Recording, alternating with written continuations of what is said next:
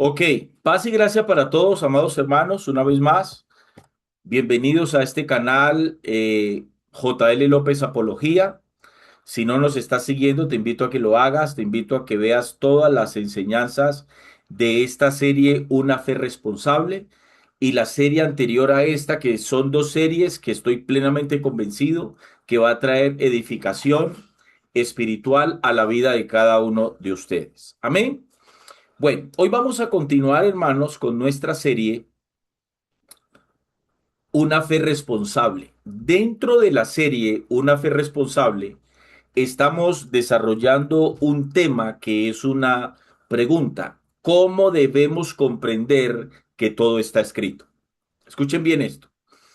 Si hubo un tiempo en la historia de la iglesia de Cristo, del cual Dios quiera que nosotros hagamos parte de ella, si hubo un tiempo, hermanos, dentro de toda la historia del cristianismo bíblico, y quiero que presten mucha atención a eso, porque no estoy hablando del cristianismo sin Cristo, estoy hablando del cristianismo bíblico, del cristianismo que nos sustenta, que nos revela y del cual nos habla la escritura.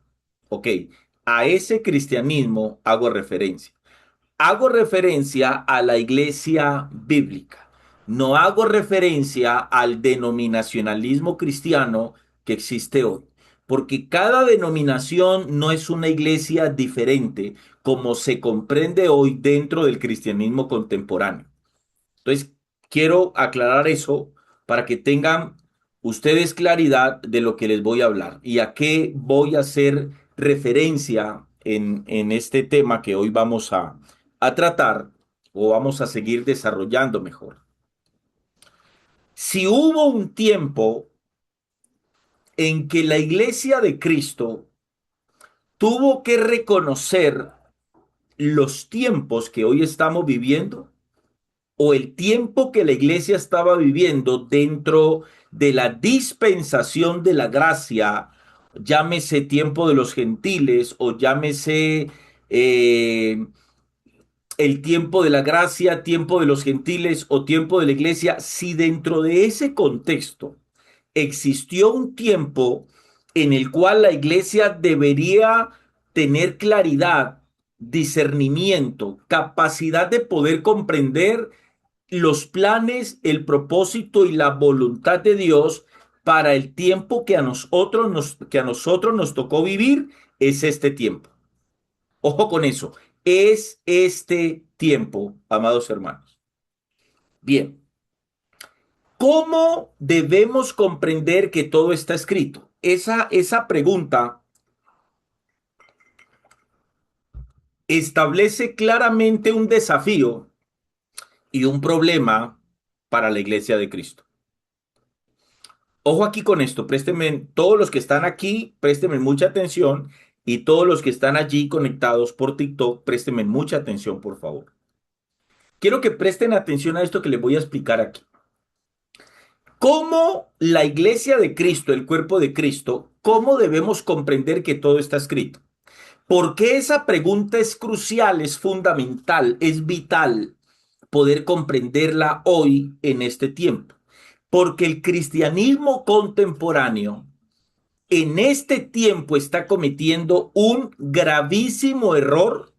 Ojo con esto, un gravísimo error que está sujeto a una ignorancia escritural, a un desconocimiento bíblico de quién es el Dios de la Biblia. ¿Por qué el cristianismo contemporáneo ha caído en este problema? Cuando yo les hablo a ustedes del cristianismo contemporáneo, no estoy haciendo referencia, hermanos, al cristianismo bíblico. Ojo, cuando yo hablo del cristianismo contemporáneo, hablo de ese cristianismo sin Cristo, que es un tema que comencé a predicarlo el domingo pasado. Sería excelente que todos pudieran escuchar esa primera parte.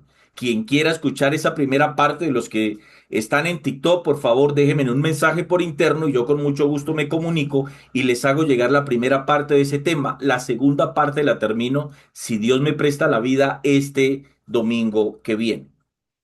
Ok. Cuando yo hablo de del cristianismo contemporáneo, no hablo del cristianismo bíblico. Hablo del cristianismo que hoy nosotros conocemos, pero que es un cristianismo sin Cristo.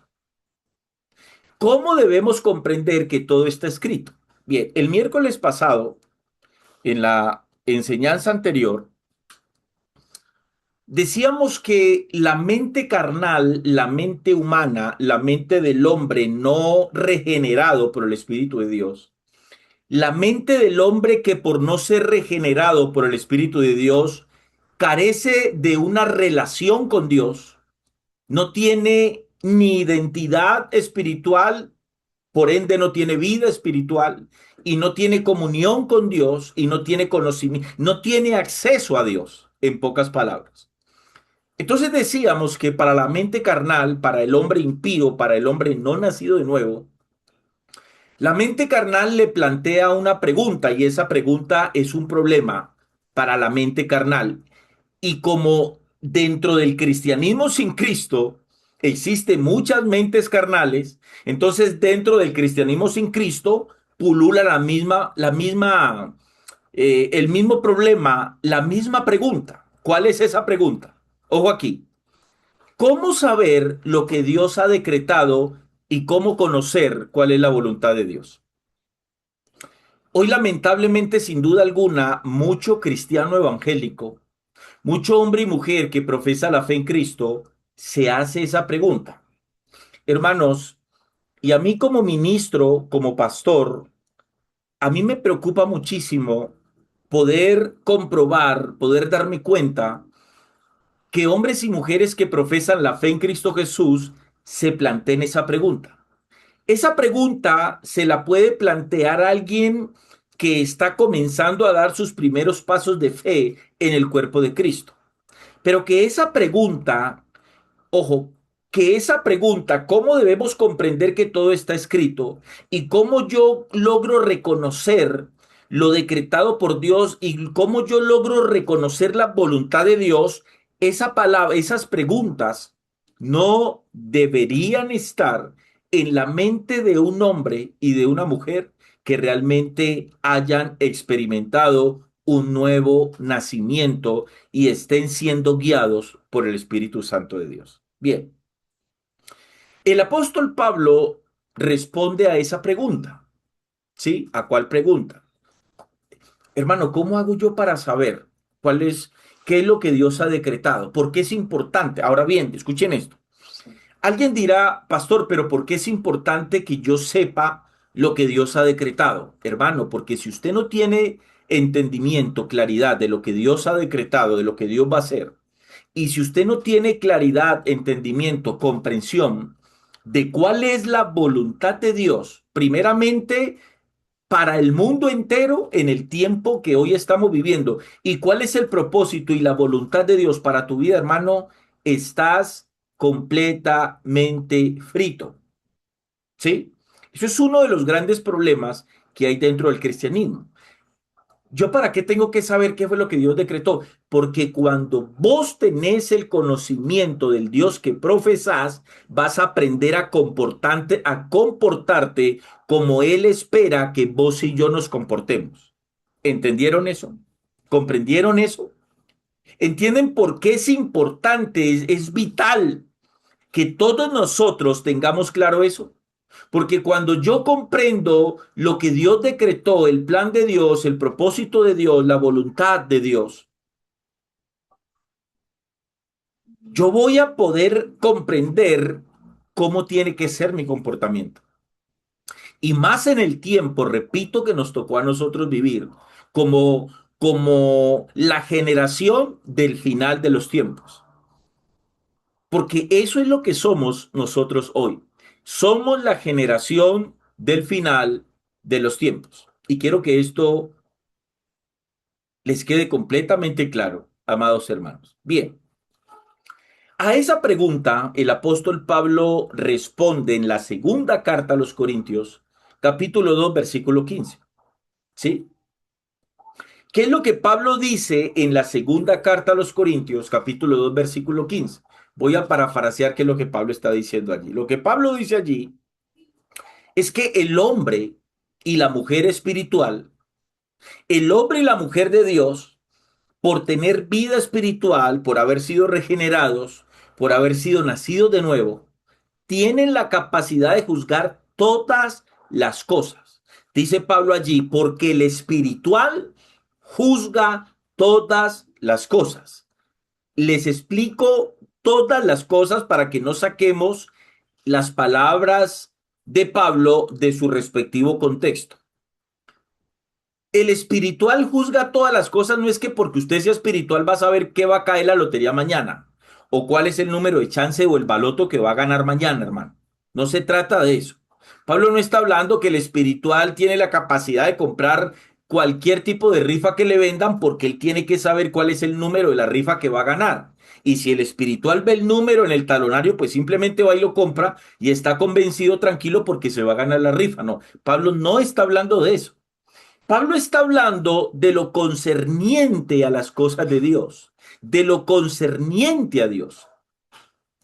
Entonces quiero que presten mucha atención aquí, porque las cosas de Dios, es lo que Pablo está diciendo allí, se han de discernir espiritualmente, o sea, con vida espiritual. Si no hay vida espiritual, dice Pablo, parafraseando, Pablo dice allí, si el hombre y la mujer no tienen vida espiritual, no van a poder discernir las cosas de Dios. Ahora bien, eso para muchos cristianos hoy es correcto en la teoría y en el papel, ¿cierto? Pero resulta que en la práctica ese asunto no es algo que se viva en la vida de mucho cristiano hoy, ¿sí? Me explico. Hay cosas, hermanos, que en el mundo están pasando, hoy mismo en el mundo están pasando, y muchos cristianos no logran discernir el tiempo profético que hoy vivimos, ni cuál es el propósito de Dios para esos tiempos. Aquí viene lo vergonzoso de este sistema religioso que intenta utilizar la oración, porque el cristianismo sin Cristo, el cristianismo falso, el cristianismo no bíblico, no entiende ni qué es la oración, ni para qué es la oración. ¿Me explico? Es impresionante, hermanos, lo que hoy el sistema religioso está haciendo. Usando la oración para intentar que Dios no cumpla con lo que Él ya decretó desde antes de la fundación del mundo. Esto es algo bien interesante y bien importante, amado hermano.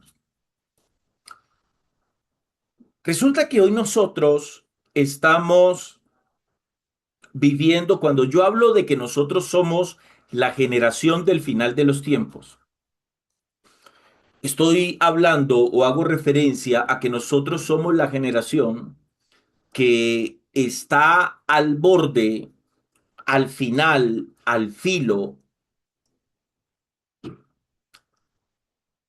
de la dispensación, tiempo de la gracia, tiempo de la iglesia, tiempo de los gentiles, tiempo donde la predicación del evangelio de la gracia tenía que ser predicado durante un tiempo específico.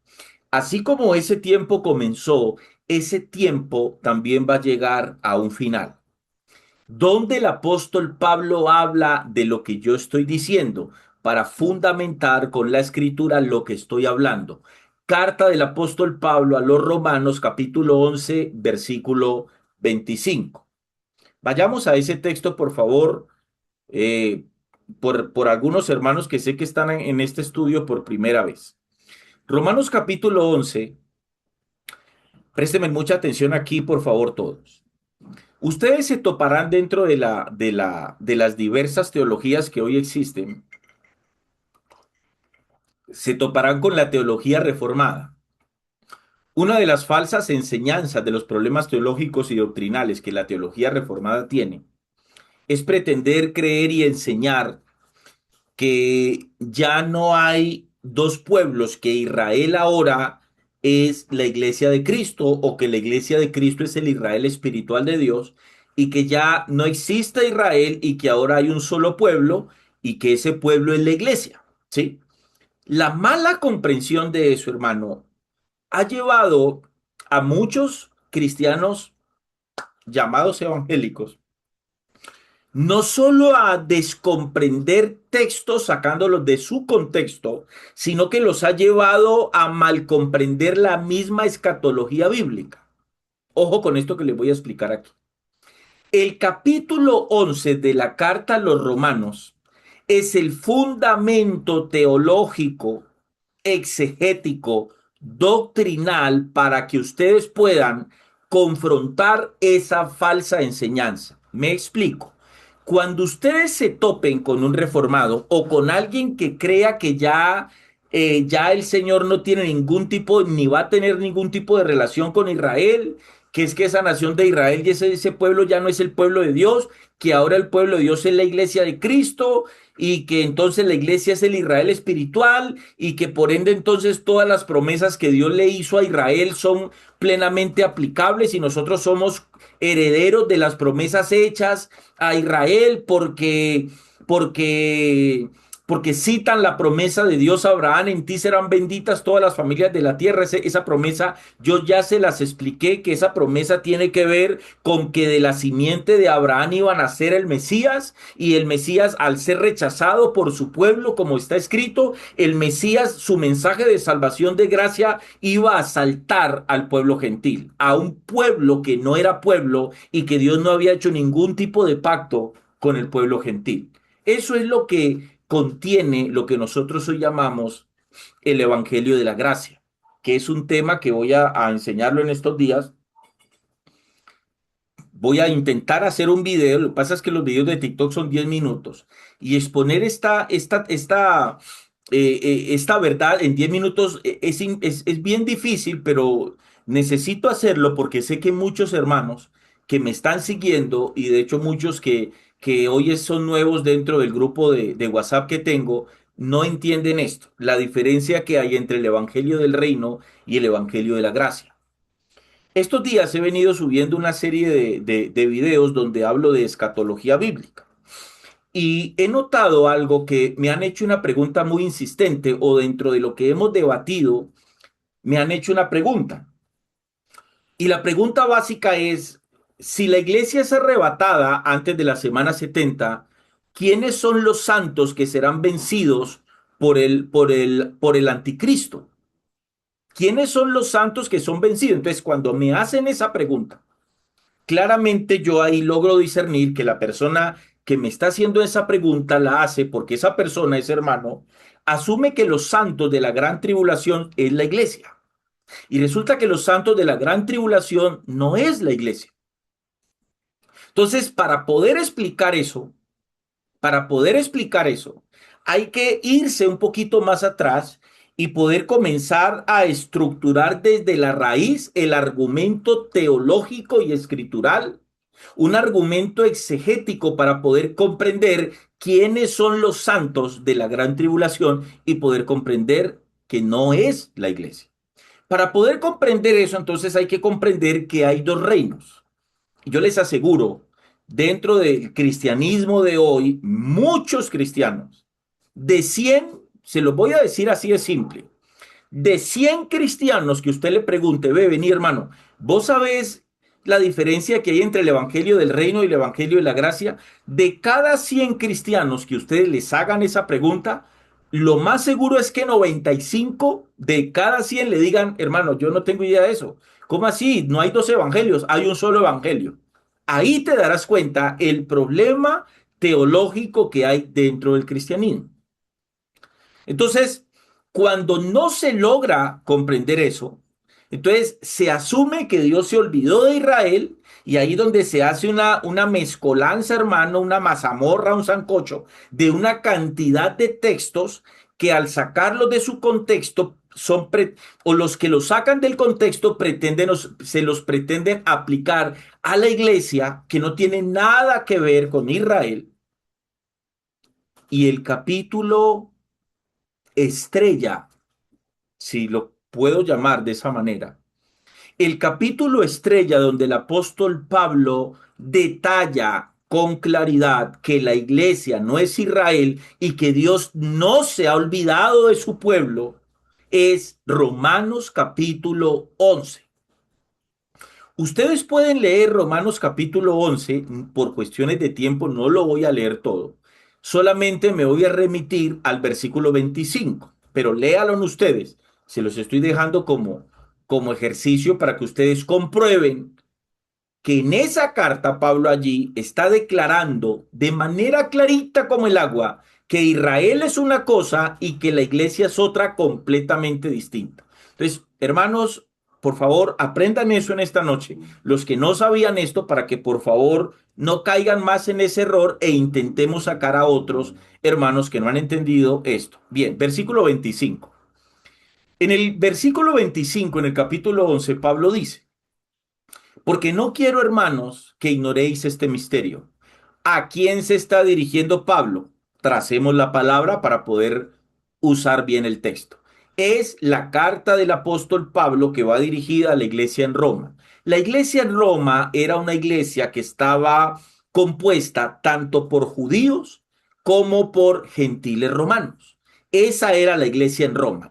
La iglesia en Roma estaba compuesta por judíos y estaba compuesta por romanos. Entonces, pero Pablo no le está hablando aquí a judíos, le está hablando a la iglesia en Roma, aunque parte de la iglesia en Roma, repito, estaba compuesta por judíos. Entonces Pablo dice, porque no quiero, hermanos, que ignoréis este misterio para que no seáis arrogantes en cuanto a vosotros mismos. Miren que Pablo es muy claro cuando habla acerca de esto. ¿En qué radicaba la arrogancia? Ojo, ¿en qué radicaba la arrogancia de la iglesia en Roma? Radicaba básicamente en esto. Ellos sacaban pecho, ¿sí? Mostraban una actitud arrogante por ellos haber creído en Cristo Jesús sin ni siquiera verlo. Porque hasta Roma llegó el mensaje del Evangelio, pero ellos nunca vieron al Maestro en vida. Ellos nunca vieron a Jesús en pleno ministerio. Eso había creado en ellos un espíritu de arrogancia, una actitud de arrogancia. ¿De arrogancia ante quién? De arrogancia ante los judíos que sí habían rechazado a su Mesías. Y Pablo discierne ese problema, o el Espíritu Santo discierne mejor ese problema. Se lo revela a Pablo y Pablo escribe esta carta a la iglesia en Roma, confrontando el problema. Sigo leyendo. Porque no quiero, hermanos, que ignoréis este misterio. ¿Sí? Ojo aquí. Para que no seáis arrogantes en cuanto a vosotros mismos. ¿De qué está hablando Pablo? Dice Pablo, que ha acontecido a Israel endurecimiento en parte. Ese endurecimiento en parte habla de un tiempo. ¿Sí? ¿Qué es lo que Pablo está diciendo allí? Para que el evangelio de la gracia fuese llevado a los gentiles, Dios en su soberanía y en su voluntad decretiva estableció endurecer el corazón del pueblo que iba a rechazar a su Mesías para poder llevar el mensaje de la gracia al pueblo gentil. Eso es lo que está hablando Pablo allí. Entonces Pablo les está diciendo, hermanos, no se pongan de muy arrogantes con Israel, porque simplemente a ellos les sucedió esto. El Señor endureció el corazón de ellos en parte. Ese en parte implica durante un tiempo específico. ¿Sí me están entendiendo? Hasta que haya entrado la plenitud de los gentiles. Esa palabra plenitud indica un número. ¿Sí? Esa palabra plenitud indica un número. Hasta que haya entrado la plenitud de los gentiles. Y luego todo Israel será salvo, como está escrito. Ese hasta que haya entrado la plenitud de los gentiles, vuelvo y lo repito, esa palabra plenitud habla de un número específico. Que cuando yo hablo de este tema siempre digo lo mismo, nosotros no sabemos cuál es ese número, pero el Señor lo sabe. No conocemos en dónde está ese hombre o esa mujer en el mundo en este momento que será el último o la última en entrar a la salvación, a ser parte del cuerpo de Cristo, que es la iglesia, por medio del Evangelio de la Gracia. Cuando ese hombre o esa mujer, que yo no sé en qué parte del mundo esté, cuando ese hombre o esa mujer entre a ser parte del cuerpo de Cristo, Allí se habrá cerrado, habrá culminado el tiempo de la gracia, tiempo de la iglesia o tiempo de los gentiles. Tres conceptos teológicos que están sujetos y que tienen que ver con el tiempo de la gracia. ¿Sí? Allí ustedes pueden notar sin ningún problema que Pablo nunca mezcló Israel con la iglesia. Pablo entendía que Dios tenía un plan con Israel y tiene un plan con Israel, que ahí es donde entra el Evangelio del Reino. Cuando termine la predicación del Evangelio de la Gracia, ¿quién predica el Evangelio de la Gracia? La iglesia. Cuando la iglesia sea quitada de este mundo, la predicación del Evangelio de la Gracia habrá cesado porque quien predica ese Evangelio es la iglesia. Lo que muchos cristianos no entienden es que cuando esa predicación de ese evangelio culmine, comenzará la predicación del evangelio del reino, de un mensaje que siempre fue dirigido al pueblo de Israel. Entonces alguien dirá, ¿y cómo opera eso?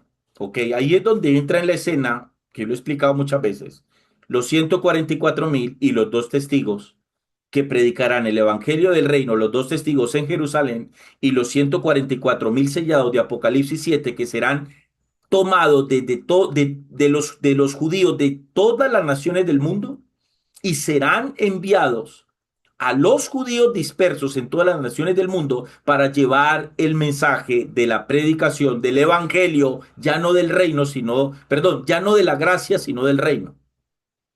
Cuando uno entiende eso, automáticamente comprendes las palabras de Jesús en Mateo 24, cuando dijo, y será predicado este evangelio del reino a toda criatura. Ya te das cuenta que Jesús allí no está hablando del evangelio de la gracia, sino del evangelio del reino, del mensaje que va dirigido explícitamente al pueblo judío. Es que me estoy saliendo del tema, hermano, y el tiempo corre. Pero lo que pasa es que quiero que muchos que están aquí entiendan eso. Cuando esos 144,000 salgan a predicar, el contexto de esa predicación es la semana 70, semana donde la iglesia no estará allí. Entonces, ¿quiénes son los santos que serán muertos, que serán vencidos por el sistema anticristo o por el gobierno anticristo? Todos los judíos que profesen la fe en Jesús como su Mesías a través de la predicación del reino. Ok, termino con esto. Esto lo detallo en otra ocasión. Voy a intentar hacer un video o si no, haré un live. Estoy pensando más bien en hacer un live para poder detallarlo, para que todos puedan comprender. Si hay una forma, una manera tajante, concluyente, irrefutable, de que la iglesia no atravesará por la semana 70 es simple, es comprender a quiénes representan los 24 ancianos de Apocalipsis que aparecen en el capítulo 4. Y ahí termina cualquier discusión. Ahí termina cualquier debate, hermano. ¿Sí? Ahí termina cualquier debate. Cuando entendés que los 24 ancianos representan la iglesia y que los 24 ancianos Juan los ve en el cielo antes de que comience la semana 70, automáticamente cualquier argumento de ahí para allá, cualquier argumento de teología reformada, cualquier argumento de cualquier tipo de teología que enseñe y pretenda explicar, enseñar que la iglesia atravesará la semana 70, están más perdidos que Adán el día de la madre, hermano. Cuando entendés que los 24 ancianos son la iglesia, automáticamente comprendés. Cuando automáticamente entendés eso, ya nunca más, escúchame esto, nadie te va a meter los dedos a la boca intentando enseñarte que la iglesia atravesará por la semana 70. O por lo menos 3 años. No, hermano, ni por 3 años ni por un año, la iglesia durante todo el desarrollo de la semana 70 no estará en la tierra. ¿Por qué? Porque Juan ve a los 24 ancianos que representan la iglesia, los ve en el cielo antes de que comience la semana 70. Por eso es que usted halla a los ancianos en Apocalipsis capítulo 4 y la semana 70 comienza en Apocalipsis capítulo 6 cuando se rompe el primer sello y el anticristo salta a la escena. Que de hecho acuérdese en las palabras de Pablo a la iglesia en Tesalónica. Ese hombre no se puede manifestar porque hay quien hasta el momento lo detiene. Ahí hay una discusión teológica. La discusión es o es la iglesia o es el Espíritu Santo. Pero para mí si es quitado el Espíritu Santo, pues es quitada la iglesia, porque la razón de que el Espíritu Santo esté aquí en la tierra es la iglesia. Si la iglesia es arrebatada, el Espíritu Santo no está en este lugar, porque acuérdense que la razón del por qué el Espíritu Santo esté aquí en la tierra es la iglesia. Punto. Ahí el debate muere. ¿Me están entendiendo? Ahí el debate muere. Hay un debate que sí, que pasa, que no pasa, que ustedes que tienen que prepararse, que porque la iglesia atravesará la gran tribulación, que tenemos que ser probados. Yo a eso les digo, hermanos, feliz tribulación, que se gocen la tribulación, porque es que no han entendido qué es ese tiempo. Que no, que es que usted está mezclando el desarrollo de los siete sellos, siete trompetas, pero la ira de Dios es las siete copas de ira. Perfecto, crea lo que quiera, hermano. Pero la semana 70 no tiene absolutamente nada que ver con la iglesia. La iglesia no tiene que ser probada en esa semana. La iglesia viene siendo probada desde que fue establecida, viejo. Los juicios que Dios va a desatar sobre este mundo no tienen nada que ver con la iglesia. Esa fue una semana, un tiempo establecido para Israel y para el mundo impío que rechazó la predicación del evangelio del reino. Los que rechazaron el amor de la verdad para ser salvos. Punto. Allí el debate muere, hermano. Cuando entendés, vuelvo y repito y termino allí, cuando entendés que los 24 ancianos son la iglesia y que Juan los ve en el cielo antes de que comience la semana 70, ¡pum! El debate termina. Despachado todo mundo. La iglesia no pasa por la semana 70. Entonces, ¿quiénes son los santos que salen de la tribulación? Son judíos que habrán creído en Cristo por medio de la predicación del Evangelio del Reino de los 144,000 y de los dos testigos en Jerusalén. Ese tema es un tema profundo, pero es un tema muy importante. Vuelvo y lo repito, hermano. Muchos cristianos evangélicos hoy no están entendiendo la diferencia que hay entre los dos evangelios. Y no estoy diciendo, ojo, no estoy diciendo que hoy hayan dos evangelios.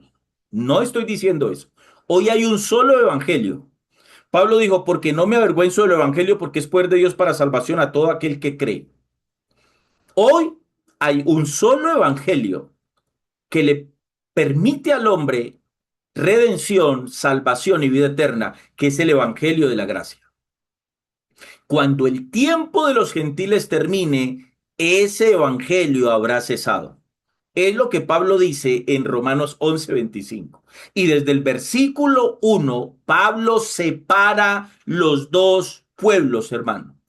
No se dejen meter ese cuento de las raíces hebreas. No se dejen meter ese cuento de la teología reformada, por favor. Jamás, jamás. Dios tiene un plan con Israel y Dios tiene un plan con la iglesia. Las promesas de Israel son terrenales, las promesas de la iglesia son espirituales. Jamás Dios le prometió a Israel ser reyes y sacerdotes. Jamás Dios le prometió a Israel que ellos iban a correinar juntamente con Cristo. Esa promesa es para nosotros como iglesia. Este tema es profundo, hermano, pero bueno, luego voy a profundizar sobre este tema y voy a compartirlo para poderles explicar, para que muchos puedan entender muchas cosas que tienen que ver con la escatología bíblica y para que se blinden, hermanos, de esa mala enseñanza. Y para que aprendan a conocerme a mí un poquito, porque la gente ve que yo a veces cuando hago apología utilizo un poco de sarcasmo, utilizo un poquito de, no sé cómo lo llamen en sus respectivos países. En Costa Rica lo llaman chascarrillo, o otros llaman un poco de broma, un poco de humor, pero créanme que el que me conoce a mí, saben que al momento de yo enseñar la palabra de Dios, no soy ningún payaso, hermano. Ok. Entonces, vuelvo al tema. Hoy muchos cristianos evangélicos que hacen parte de ese cristianismo sin Cristo. ¿Y por qué lo llamo cristianismo sin Cristo, hermano? Por una cosa muy simple y muy sencilla. Cuando yo verdaderamente me he convertido a Cristo, ojo aquí, cuando yo verdaderamente me he convertido a Cristo, hola Ginette, mi hermana, a ver, déjame, yo termino la enseñanza y luego respondo las preguntas, ¿vale, Ginette? Ok, listo, mi hermana, no hay ningún problema. Ok, cuando un hombre o una mujer verdaderamente se convierte, póngame cuidado a esto que le voy a explicar. Cuando un hombre y una mujer se convierte verdaderamente a Cristo. Yo no estoy hablando de alguien que le gustó un culto cristiano y que fue y se compró una Biblia y que comenzó a congregarse. Yo no estoy hablando de eso. Ojo, yo no estoy hablando de esas personas. Yo estoy hablando de un hombre o de una mujer que realmente se ha convertido a Cristo y que ha nacido de nuevo y que ahora el Espíritu Santo de Dios mora en él o en ella y que ahora el Espíritu Santo de Dios que mora en él o en ella los está realmente gobernando, los está dirigiendo. Ese tipo de hombres y ese tipo de mujeres que ojalá nosotros hagamos parte de ese tipo de hombres y de ese tipo de mujeres, entienden perfectamente, entienden perfectamente qué es la oración y para qué es la oración. Nosotros estamos viviendo hoy un tiempo profético. Cuando yo digo a nosotros nos tocó ser, por lo que sea, por gracia, por misericordia, por bendición, no sé cuál sea la perspectiva que cada uno de ustedes tenga del tiempo que nos tocó vivir, por lo que sea. Nosotros somos parte de la generación del final de los tiempos. ¿Sí? El tiempo de la gracia está a punto de terminar, hermano. Y los juicios de Dios están a punto de desatarse sobre este mundo impío, corrupto y rebelde con Dios. ¿Eso qué significa? Eso significa que en el mundo hoy están sucediendo una serie de eventos, una serie de cosas que para muchos cristianos que mantienen pensando en en cómo prosperar, ¿no? En cómo ahorrar el dinero para ir a dárselo a Cas Luna para hacer el seminario de Cas Luna Sapiens, ¿no? Hay cristianos que están pensando en eso, pero no están pensando, ojo, no están pensando, no están meditando en las cosas que hoy en el mundo se están dando. Yo de esto lo he hablado de muchas maneras, lo he hablado en varios momentos y lo he explicado de muchas formas. ¿Por qué tengo que traer a colación este tema? Porque este tema, amado hermano, hace parte del desarrollo del tema que estamos tratando. ¿Sí? Cuando yo no tengo comprensión del tiempo que me tocó a mí vivir, entonces hago parte de ese cristianismo sin Cristo que se desespera cuando ven que están pasando situaciones en el mundo como guerras, como catástrofes, como como escasez alimenticia, como enfermedades. Y entonces la actitud del cristianismo sin Cristo, porque no tienen discernimiento de lo que está sucediendo, ¿qué es lo que automáticamente hacen? Es que piensan que la oración, ojo, piensan que la oración es para hacer que Dios se arrepienta de todo lo que el Señor decretó. Ojo con esto, porque es que lo que está pasando hoy en el mundo y lo que va a pasar Esto Dios no lo decretó hace una semana, ni hace 100 años, ni hace 2000 años, ni hace 10.000 años. Todo el decreto de Dios fue desde antes de la fundación del mundo. Entonces, ¿qué está haciendo el cristianismo sin Cristo? Utilizando la oración para pedirle a Dios que se arrepienta, que por favor no lo haga, que por favor cese toda guerra, todo conflicto, que la escasez no sea la que el mundo está viviendo, que la inflación baje, que los problemas no cambien y que por favor, que por su misericordia, este mundo se vuelva una especie de paraíso. Ahí entra otro problema. No, no puedo pasar esto por alto, hermanos. Ahí entra otro problema. Si alguien me pregunta a mi pastor, deme uno nomás, hábleme de uno, deme el problema más grande que usted vea hoy dentro del cristianismo contemporáneo.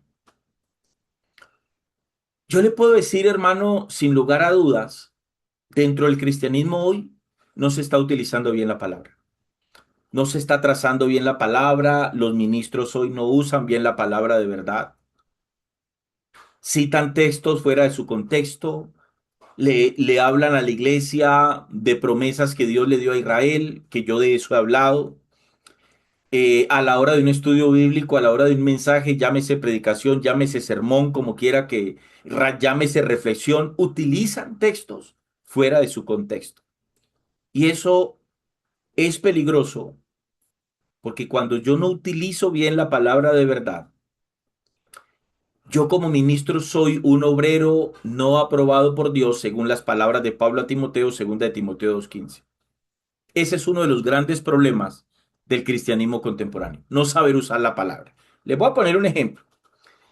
Aquí en Colombia el cristianismo sin Cristo aquí en Colombia, de Menagua. El cristianismo sin Cristo aquí en Colombia es folclórico. ¿Cómo le parece que la semana pasada estaban convocando los cristianos sin Cristo? No, no tengo temor de decirlo, hermano. Convocando un clamor, otros hasta ayuno por la selección Colombia, que para que el brujo de Ghana no interfiriera sobre el partido y que para poder ganarle. Y le ganaron a Colombia. Bueno, le ganamos a Colombia, soy colombiano. Le ganamos a Ghana 1-0. Y todo el mundo, gloria a Dios. Mire, Dios nos escuchó, aleluya, santo, santo. Y ayer quedamos eliminados con Suiza. ¿Qué pasó, amigo? ¿Qué pasó, amigo, ahí? El cristianismo sin Cristo es un chiste completo. Es una figura circense completo. Lo que pasa es que cuando uno señala eso, la gente lo tilda a uno de arrogante, lo tilda a uno de orgulloso, pero realmente recuerdo, recuerdo que en lo único que el Señor nos permite a nosotros jactarnos es el conocimiento de Él, es de conocerlo a Él. No recuerdo el texto, se los quedo debiendo. Es la única cosa que Él permite que nosotros nos jactemos, de conocerlo a Él. Cuando uno conoce a Dios, hermanos, a través de la Escritura, cuando uno hace una teología correcta, uno logra conocer a Dios. Y cuando vos conoces a Dios, te vas a dar cuenta que Dios no es futbolero, que Dios no es hincha de ninguna selección, que Dios no es hincha de ningún equipo. ¿Me estás entendiendo? Cuando conoces al Dios de la Biblia, no al Dios que cualquiera se inventa por allí, estoy hablando del Dios de la Biblia. Entonces, el cristianismo sin Cristo en Colombia es bastante folclórico. Cuando Colombia está en una situación difícil como la estamos viviendo hoy estamos viviendo en Colombia una situación brava, políticamente brava. Y ya está ese cristianismo folclórico por allí, proclamando semanas de ayuno, meses de ayuno, clamor por Colombia. ¿Qué esperan ellos? ¿Qué esperan ellos? Que se cumpla este texto. Vayan por favor al segundo libro de Crónicas, capítulo 7.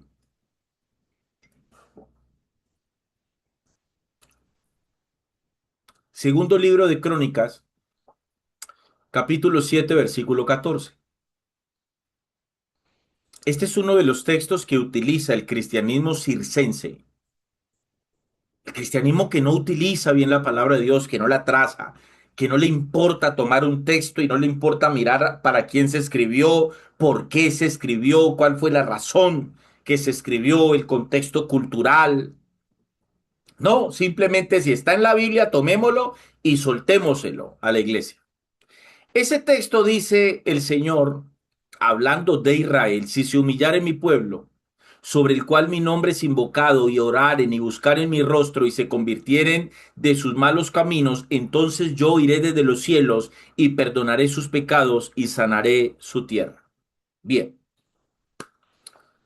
les voy a poner un ejemplo de cómo el cristianismo sin Cristo coge la palabra de Dios y la pisotea, la despedaza, la amasa, no sé qué otro concepto utilizar, pero son atrevidos con la escritura, son atrevidos con la escritura.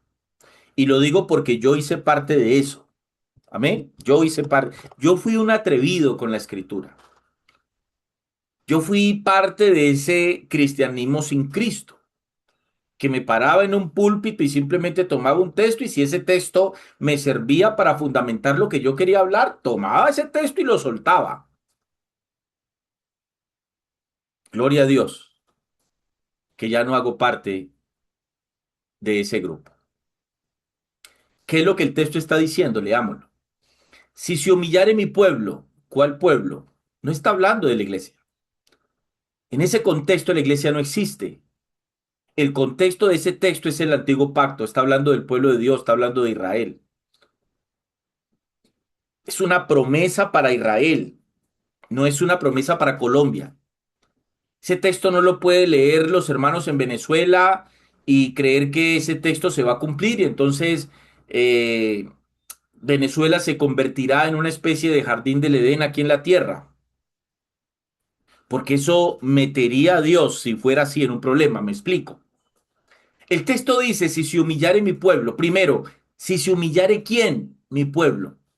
Vos no podés utilizar este texto en nuestro contexto y creer que los 55 millones de colombianos, todos los 55 millones de colombianos son pueblo de Dios. O sea, eso ni siquiera pensarlo, eso es completamente absurdo, ¿no? Pero el problema es que como hoy todo mundo que abre la boca y habla de Dios ya es cristiano, ya es un hombre de Dios, ya es una mujer de Dios. Entonces dice el texto, sobre el cual mi nombre es invocado, y oraren y buscaren mi rostro y se convirtieren de sus malos caminos, entonces yo iré desde los cielos y perdonaré sus pecados y sanaré su tierra. ¿Es eso correctamente pensable o aplicable en nuestro contexto? Definitivamente no. No, hermanos. Nosotros como hijos de Dios, que conocemos al Dios de la Biblia y que logramos discernir por el Espíritu lo que está pasando en el mundo, hermano, pues entendemos qué está pasando en el mundo, y es que estamos a punto de que se desaten, repito, la ira de Dios sobre este mundo. Entonces, si yo le salgo a la iglesia con este cuento y yo me paro con un micrófono en una televisión, en una radio, digo, Colombia, oremos porque mire lo que el Señor nos dijo.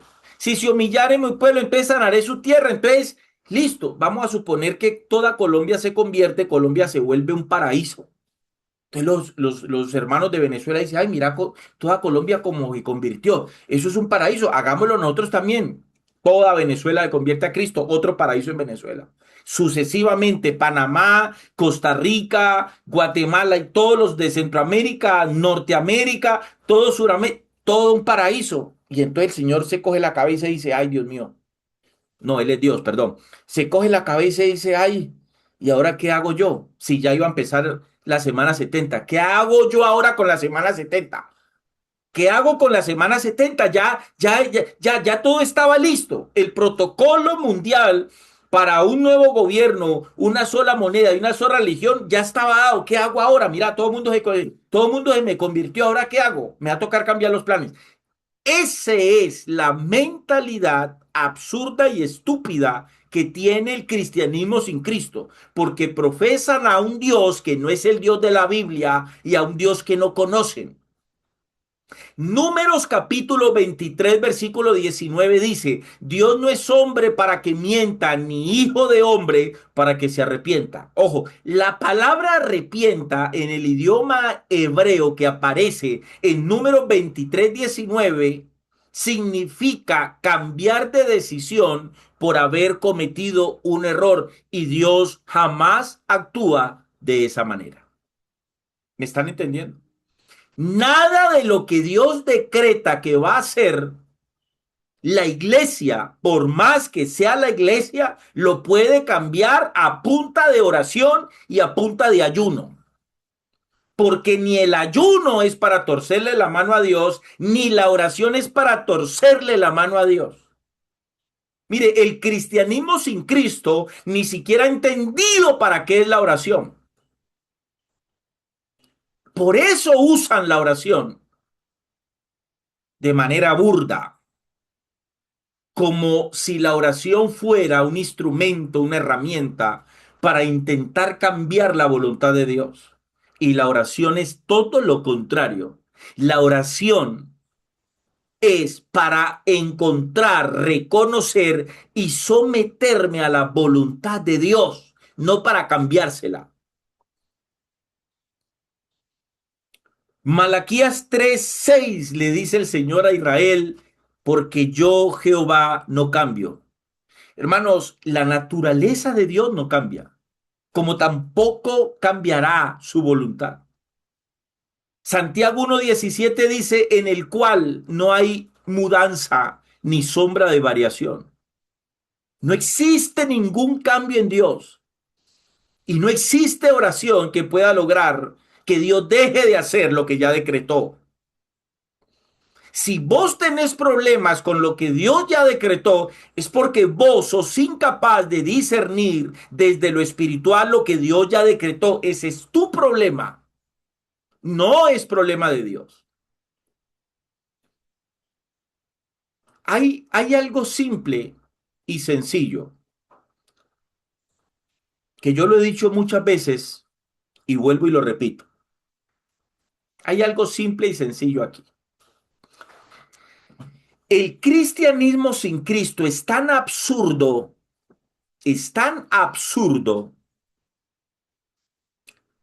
que no me cabe la menor duda de que el cristianismo sin Cristo hoy, ese sistema religioso que todos conocemos, es un sistema religioso tan perverso, tan corrompido, tan corrupto, que el espíritu, y eso lo hablé el domingo en la enseñanza, Pablo habla de un falso Jesús y de un falso espíritu. Entonces, que en ese cristianismo haya un espíritu que manifiesta poder, yo no niego eso. El problema es que los que están en ese cristianismo no logran discernir que ese espíritu que se mueve en esos lugares no es el espíritu de Dios. Es un espíritu de error tan denso, tan lleno de tinieblas, con un poder de oscurecer la vista y el oído del hombre, que ese cristianismo le cuesta entender textos tan simples como Primera de Juan 5:14. Vayan allí. Primera carta del apóstol Juan, capítulo 5, verso 14. ¿Qué dice Juan allí? Algo muy simple, muy simple. Juan dice, si pedimos alguna cosa conforme a su voluntad, Él nos oye. Búsqueme un texto bíblico en la Biblia donde el apóstol Juan, que escribe esta carta, se eche para atrás de lo que está escribiendo aquí. Búsqueme en el texto bíblico y me lo citan, por favor. Búscame en el texto bíblico donde Juan diga, ve, yo por allá en mi primera carta, en el capítulo 5 versículo 14 escribí una cosa, pero no, yo como que me equivoqué. Nosotros todo lo que profesemos con nuestra boca creyendo se hará. Aquí Juan le está explicando a la iglesia lo que la iglesia no comprendía en el contexto. Y esto no ha cambiado. ¿Qué es lo que está diciendo allí Juan? Observen el orden de ese texto. Observen el orden de ese texto. Juan allí no está diciendo que Dios adapta su voluntad a nuestra oración. No. Dios no adapta la voluntad de Él a nuestra oración, hermano. La oración no es para eso, hermano. Es todo lo contrario. Lo que Juan está diciendo ahí es que nosotros tenemos la responsabilidad de orar, de pedirle a nuestro Dios, pero conforme a la voluntad de Él. Y allí radica el desafío de que si vos tenés o no tenés vida espiritual, porque es el desafío. ¿Por qué? Porque allí surge la pregunta. Pero yo, ¿cómo voy a conocer cuál es la voluntad de Dios? Pues si vos realmente naciste de nuevo, no vas a tener problema con eso. Pero si vos hoy vivís, pastor, pero es que yo llevo 5 años, llevo 10 años, llevo 20 años, llevo 25 años, no, yo llevo 35 años de cristianismo. Y yo todavía no sé cuál es la voluntad de Dios, cuál es la voluntad de Dios. Él a mí no me ha dicho nada. Hermano, eso es cantinflesco. Pero esa es la realidad de muchos hombres y de muchas mujeres que profesan ser cristianos evangélicos. ¿Saben cuál es el peligro de eso? ¿Ustedes entienden cuál es el peligro, hermanos, de no tener la capacidad de discernir? Por eso es que usted escucha que a uno le dicen, ay, ¿usted por qué juzga al profeta Juan Carlos Harrigan? ¿Por qué juzga al profeta Juan Carlos Harrigan? Deje de criticar. Usted le tiene envidia al profeta Juan Carlos Harrigan. Dios. La falta de discernimiento en medio de ese cristianismo sin Cristo es grosera, es atrevida. Por eso es que los falsos maestros están haciendo esto con mucho cristiano. Mírenme aquí. Ah, ah, mm. No les están metiendo el dedo, viejo. Les están metiendo la mano completa a la boca. ¿Por qué? Porque ellos no tienen ninguna capacidad de discernir al lobo rapaz.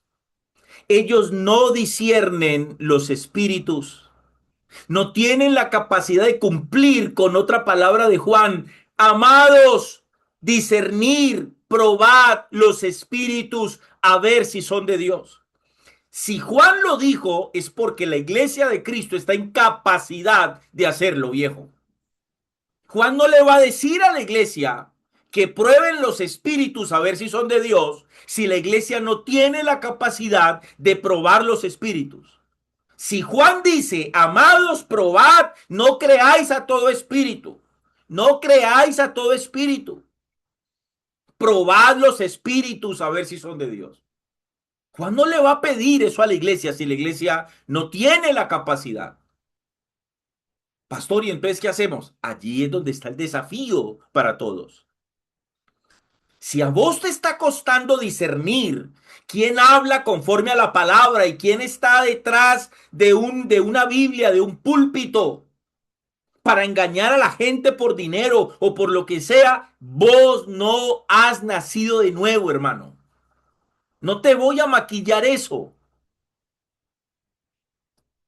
porque esa verdad te tiene que estremecer y te tiene que llevar a preguntarte cuál es tu verdadera posición espiritual. Hermano, ¿por qué el supuesto cristiano no puede discernir los apóstatas? ¿Por qué están cegados por ellos? Porque no tienen vida espiritual. No tienen capacidad de discernir los espíritus. De hecho, ni siquiera quieren juzgarlos. Ni siquiera quieren juzgarlos. Ay, no, no juzgues, no juzguéis para que no seáis juzgados. Ni siquiera, ni siquiera leen el contexto completo de Mateo 7, sino que se quedaron allí, no juzguéis para que no seáis juzgados y ya, cerraron la Biblia y ya.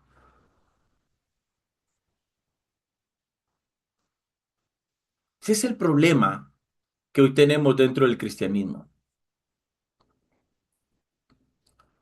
Ese es el problema, amados hermanos, que hoy tenemos dentro del cristianismo contemporáneo.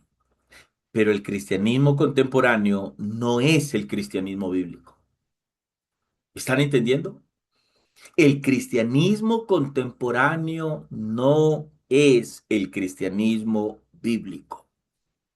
Esto es una verdad tan profunda que muy pocos hombres y mujeres que profesan a Cristo hoy la están comprendiendo.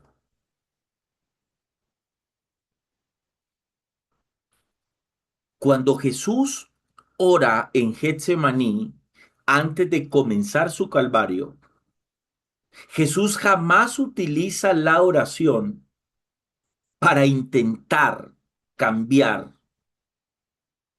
los designios de su Padre. Él le dice en la oración, Padre, si es posible, pasa de mí esta copa, pero no se haga mi voluntad sino la tuya.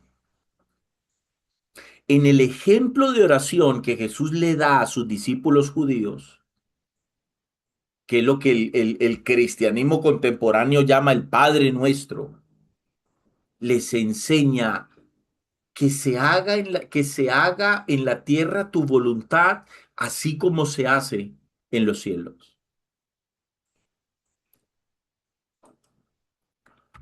Ojo con eso, amados hermanos. Disciernan lo que les estoy diciendo. Examínense cada uno de ustedes en qué cristianismo está, en el cristianismo sin Cristo o en el cristianismo con Cristo. ¿Cuál es el cristianismo que vos estás profesando? Hay algo que el apóstol Pedro enseña, que es algo, creo yo, fundamental que todo hombre y toda mujer que profesa la fe en Cristo debe tener claro. Está en la primera carta de Pedro, vayan allí por favor.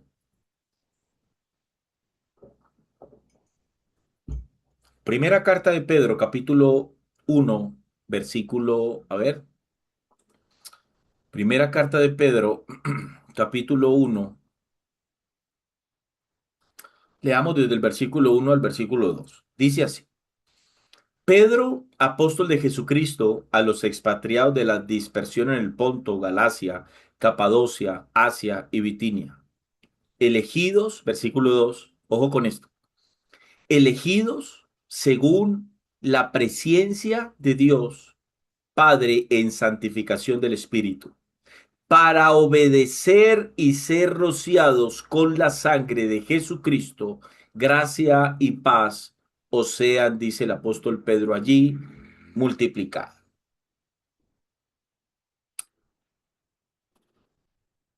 Aquí es donde les quiero hablar sobre una doctrina que muchos cristianos evangélicos no entienden, no comprenden.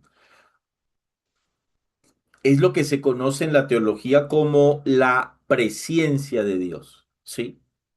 ¿Qué es la presencia de Dios? Es la capacidad que Dios tiene de conocer lo que nosotros llamamos futuro. ¿Por qué digo de conocer lo que nosotros llamamos futuro? Porque para Dios no hay futuro. Él no está, a Dios no lo rige el tiempo. Entonces, Dios es un Dios atemporal, no es temporal. Todo lo que es temporal, a todo lo que es temporal lo rige el tiempo. Pasado, presente, futuro. Entonces, no es correcto decir la doctrina de la presciencia habla de la capacidad de Dios conocer el futuro. Vos podés utilizar esa frase para explicarle a alguien que no entiende la doctrina. Pero cuando alguien entiende realmente la doctrina y crece espiritualmente, conociendo al Dios de la Biblia, ese hombre, esa mujer ya sabe que Dios es un Dios, que a Dios no lo rige el tiempo, por tanto, el concepto futuro no es aplicable a Dios. No es que Dios conozca el futuro. La presencia de Dios, la gramática de la palabra lo dice. Pre antes ciencia, conocimiento. Es el conocimiento pre que Dios tiene de conocer las cosas antes de que las cosas sucedan. Esa es la presencia de Dios. Bien, yo les hablaba cuando comencé este tema, acuérdense de lo que les enseñé, que nosotros fuimos llamados, fuimos escogidos en Cristo. Ese en Cristo es fundamental para no caer en el error calvinista, en el error de la teología reformada que enseña que Dios escogió a hombres y mujeres para que se condenen y que Dios escogió a hombres y mujeres para que se salven. ¿Sí? Ojo con eso que es muy importante. ¿Cómo lo entendemos? Entendiendo lo que significa que nosotros fuimos escogidos en Cristo, dice el apóstol Pablo. Acuérdense de la primera enseñanza que les di de esta serie. De esta serie no, de este tema que estamos tratando. Cómo comprender que todo ya está escrito. Bien, ahí es donde nosotros tenemos que entender, amados hermanos, que Dios no es un Dios que improvisa. Dios no está improvisando en la vida. Todo está escrito. Absolutamente todo está escrito desde antes de la fundación del mundo. La creación, la caída, y termino con esto. La creación, la caída, el juicio del diluvio, el levantamiento de los patriarcas Abraham, Isaac, Jacob, el establecimiento de la ley, que Israel rechazara al Mesías, ya el Señor lo sabía, que se tenía que levantar un evangelio distinto al evangelio del reino, que es el evangelio de la gracia que tenía que ser llevado a los gentiles. Y ya me quedo un ratico explicando eso por si alguien quiere hacer una pregunta. Ya termino aquí la clase y continúo con ustedes ahí en TikTok. No se vayan a ir. Ya todo estaba escrito. El tiempo de la ley, el tiempo de la gracia, la semana 70, todo estaba escrito desde antes de la fundación del mundo. El milenio y por último la eternidad. Todo estaba escrito. Nada de eso es cambiable, nada de lo que Dios decretó que fuese está sujeto a variación. Vos, ni yo, ni nadie lo puede cambiar. Pastor, entonces, ¿qué hacemos? Sujetate al tiempo que te tocó vivir. Aprende a vivir el tiempo que te tocó vivir. Viví este tiempo conforme a la escritura, conforme al propósito y al plan de Dios. Pastor, no entiendo. Nos queda poco tiempo, iglesia. El arrebatamiento de la iglesia, como mucho impío, atrevido está diciendo por allí, que arrebatamiento no hay. Eso es una de las cosas más absurdas que yo escucho dentro del cristianismo hoy. Porque fue exactamente lo que Pablo le dice a la iglesia en Tesalónica. No se dejen mover fácilmente de esto, porque esa es la esperanza. Alentaos, le dice Pablo, los unos a los otros. Yo cómo voy a alentar a mi hermano, diciéndole, hermano, prepárese, prepárese porque usted va a estar aquí durante el gobierno del anticristo. Prepárese porque nos espera la gran tribulación, los 7 años. Prepárese, hermano, porque nos espera el desarrollo de los 7 sellos, 7 trompetas y las 7 copas de iras. Prepárese. A quién se va a motivar con eso, viejo? ¿Quién se va a motivar con eso? Mano, la motivación es esa precisamente. Permanece en Cristo fiel. Camina con Cristo en fidelidad, en obediencia. Revisate porque todavía hay tiempo. Si la iglesia está aquí, todavía hay tiempo para los gentiles. Revisate. Estás caminando en obediencia, estás caminando en rectitud, estás caminando en propósito, en voluntad. Estás siendo dirigido por el Espíritu. ¿Quién te está dirigiendo, tu carne o el Espíritu? ¿Quién es el que te está dirigiendo? Medita eso. Medita eso porque todavía hay tiempo. Porque la iglesia todavía no ha sido tomada. Y termino aquí. Cuando la iglesia sea tomada, se habrá terminado, y lo que voy a decir aquí mucha gente no lo entiende, y otros ni siquiera quisieran escucharlo, pero lo voy a decir porque es la verdad. Cuando se acabe el tiempo de la gracia, ningún hombre y ninguna mujer gentil tendrá ya oportunidad de ser salvo. Mediten en eso. Pastor, no entiendo lo que acabo de decir. Mediten en eso, hermano. Porque lo que le acabé de decir nos tiene que llevar a todos a meditar quiénes de nuestra familia en sangre hoy no conoce a Cristo. A veces nosotros nos hemos, nos hemos tranquilizado y nos olvidamos de nuestros familiares que no conocen a Cristo. Yo no les voy a decir aquí que todos sus familiares llegarán a Cristo, hermanos, porque no hay ninguna promesa de eso. Pero es nuestra responsabilidad intentar que ellos conozcan al Dios de la Biblia y que se arrepientan de sus pecados porque todavía hay tiempo. Amén. Vamos a terminar aquí. Continuamos, si Dios me presta la vida, el próximo miércoles a la misma hora, 8 p.m. hora Colombia.